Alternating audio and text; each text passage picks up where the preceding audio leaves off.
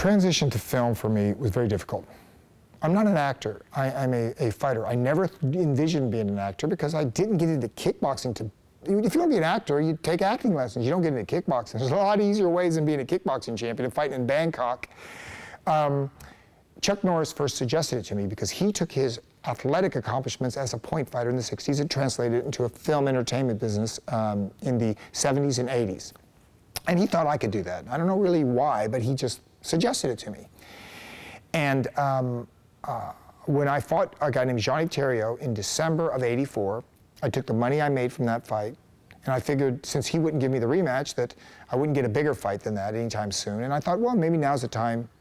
I'm at the peak of my career. '84, I was Fighter of the Year by Black Belt Magazine. Everybody's telling me you should retire now because it's 1984 and you fought for 10 years and you were a world champion, just retire. So I moved to Los Angeles, and I did not fight for 11 months. Not train, really.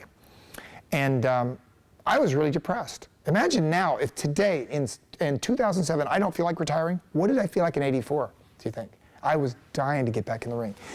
And I get a phone call from a promoter in Montreal, and he offers me a fight, 10-round fight in Montreal in, I guess it was November or December of '85. And I had like a month to train. And I took the fight. I knocked the guy out. And I decided, you know what, I can try to be an actor and fight at the same time. And so I did both. And then, basically, my life was happy again. I was very comfortable living in LA, kickboxing, and pursuing the movie career.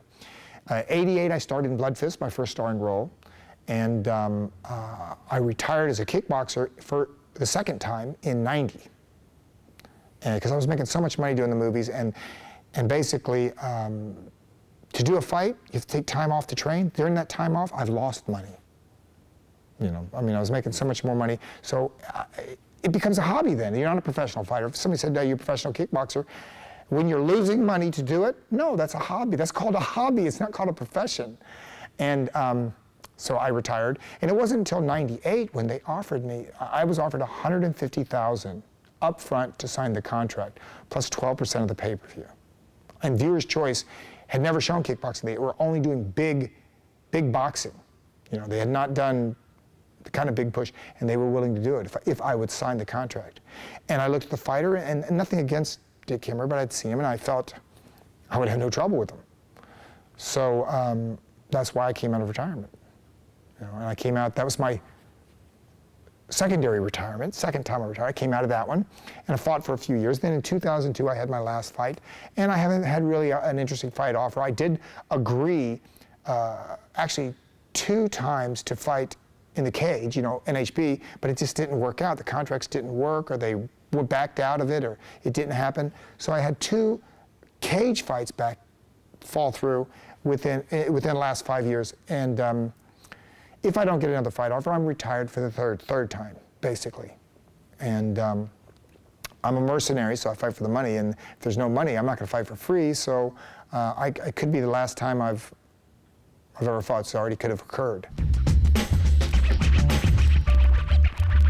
I was very happy with the level of movies that I was doing when I started were as good as they should have been. I mean, I was not a trained, skilled actor. I was taking acting lessons, but it's like you don't take an amateur, even a champion, up-and-coming, potentially great amateur, and throw him in there with a world champion boxer.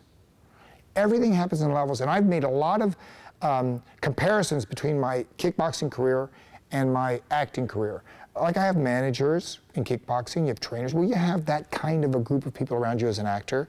I have entertainment attorneys, business managers, personal managers, agents, you know, people that advise me career-wise, just like you do as a kickboxer. And it's a team of people to push you forward. It's not just one person. Even though I'm the only one in the front, I get all the claps and all the accolades.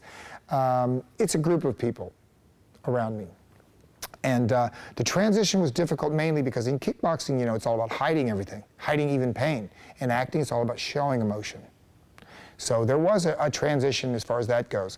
As far as the fighting goes, if you can control your body, hit somebody, all you have to do is shift it to where instead they tell me, okay, now you're not really hitting a chin, you're hitting like a foot in front and crossing over. So for me as an athlete, the skillful thing of doing a fight action, the transition of real fights to movie fights is to be able to make it look real without hurting the other guy. Now, of course, I can make it look real if I kick him in the leg for real, but that's not the skill of it. Some of the actors, and I won't name names, but some of them actually hurt the stunt people. Now, you can make it look real if you hurt them, but that's not the skillful part. The skillful part is to not hurt them. They're professional guys with families. They got to go and work the next day at another job. You don't really kick them and hit them. You know, there was a transition, an emotional, psychological, physical transition, doing real fighting and fake fighting. But because I had control of my body, and I was a skilled athlete, I believed, I've been able to do these fight scenes. I don't hurt people. I don't hit them. I don't, you know, injure them.